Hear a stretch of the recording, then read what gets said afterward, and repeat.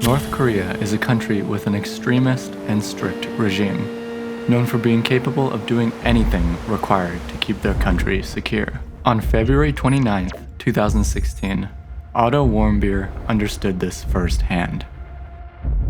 He stood up during his trial, giving his final statement. His voice cracked as he said, "Save my life."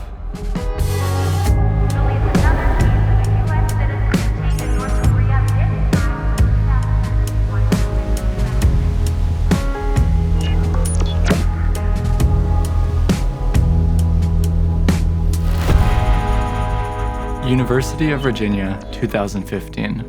Otto Warmbier sits in class. He loves economics, but he is also adventurous, being enthusiastic about other cultures. It's at the university in 2015 that he signed up for a study abroad program in Hong Kong, taking place in the early months of 2016. It sounded like a dream trip, the perfect opportunity to explore the world. Warmbier landed in Beijing on December 29, 2015, ready to start his time abroad. There, he catches wind of an opportunity to visit one of the world's most reclusive countries, North Korea. He decides it would be fun to take a 5-day New Year's tour, the perfect way to spend the New Year's. You see, North Korea allows a small portion of tourists to enter only on very specific tours. Here, tourists cannot separate from their guide, they have to follow a strict itinerary, and visit only places allowed by the regime. Most importantly, they are required to stay in the only approved hotel, the Yonggakdo. This hotel is located on the edge of Pyongyang, known for being the most luxurious hotel in North Korea. It has 47 floors, more than 1,000 rooms, and different entertainment such as a casino and a rotating restaurant. However, inside the hotel, tourists have noticed some curious things. Firstly, the emergency stairs are prohibited, and you cannot have access to the Wi-Fi. The only way to communicate is with a computer installed in a specific area in the hotel. There you'll have to fill out a form where you explain who you are communicating with and what message you will be sending. Another curious thing is that no elevator in the hotel has access to the 5th floor, being a restricted area for tourists, most likely a staff-only floor. The hotel doesn't allow anyone here, as Warmbier would soon find out.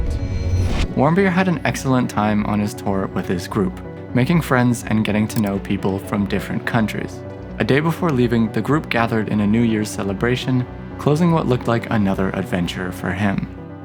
On January 2nd, 2016, at the Pyongyang airport, the group was waiting for their departure. Suddenly, 2 officers came and tapped him on the shoulders and led him away from the group. The group later said that Warmbier didn't resist and simply followed them. However, the group noticed this and started asking questions. An officer approached the group and announced that Warmbier was very sick and that he was taken to the hospital. But this was not what was said on the news. The news initially announced that he was detained for doing a hostile act against the state. They did not further elaborate. And for 6 weeks, no one knew what happened to him. That was until February 29, 2016, when Warmbier appeared in a press conference where he confessed his crime. In the conference, he confessed that he attempted to steal a propaganda poster from the Yonggakdo Hotel.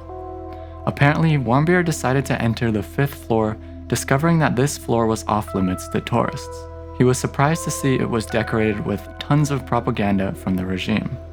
Some tourists over the years had the audacity to enter the floor, but no one ever dared to take one of the posters before. In security camera footage captured on New Year's at 1:57 a.m., we see Warmbier taking down the poster. Damaging or stealing items with the name or image of a North Korean leader is considered a serious crime by the North Korean government. Although curiously, in this press conference, Warmbier confessed that he was part of a plot from the Methodist Church against the North Korea regime, in which he confirmed that he was affiliated with the CIA. After numerous questions from the reporters, Warmbier closed his statement, asking for forgiveness. Even though this information came from Warmbier, the news all across America called this conference fanciful or implausible, claiming that this statement seemed prepared or given to him by the North Korean military. At the end of the day, it is not known whether this was forced or a real confession. Around 2 weeks later, on March 16, 2016, Warmbier is sitting in the courthouse waiting for his sentence. The final decision was made. he was charged with 15 years of hard labor under Article 60 of North Korea's criminal code. The court claimed he entered the country pretending to be a tourist to attack the regime and hurt the unity of the Korean people.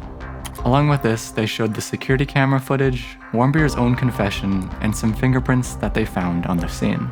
Moreover, a hotel employee would testify against Warmbier. They were the one who reported to the authorities about the slogan which was left behind at the scene. Warmbier clarified that he couldn't take it because of its size and that he abandoned it on the scene. After this, he was then taken out of the room, and he would never be himself again.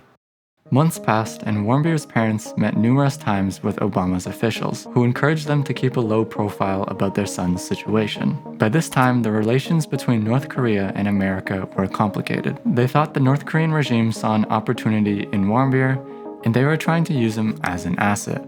Therefore, no matter how much they tried to negotiate, it appeared the regime would not budge.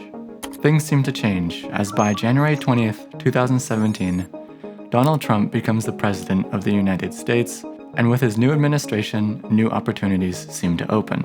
Warmbier's parents appeared on Fox News accusing the Obama administration for their failure in their son's case, explaining that they felt like they were treated like idiots for Warmbier's trip to North Korea. His father said in the last statement, "President Trump, I ask you to bring my son home. You can make a difference here." On June 10th, 2017, North Korea agreed to liberate Warmbier. It's not clear the reasons why. Some believe the regime tried to show some good faith with this, while others think that they didn't want to deal with Warmbier's death as their prisoner. Mike Flukiger was the emergency doctor responsible for bringing Warmbier back home. The only detail about his condition was that Warmbier was now in a coma in the Pyongyang hospital. Flukiger's team arrived in North Korea and was escorted to the hospital where Warmbier was being kept.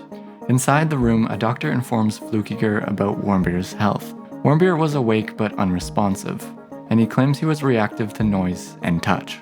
Flukiger looked for signs of torture, but he could not find any. After checking all this, a judge from the regime comes inside and conducts a 10-minute court to exonerate Otto Warmbier. It was a long wait, but after 17 grueling months, Otto was returned to Cincinnati on June 13th, 2017. This was announced by the former Secretary of State, Rex Tillerson. Warmbier's family was happy to have him back, but this happiness was cut off short. At 2:20 p.m. on June 19th, 2017, Warmbier sadly passed away.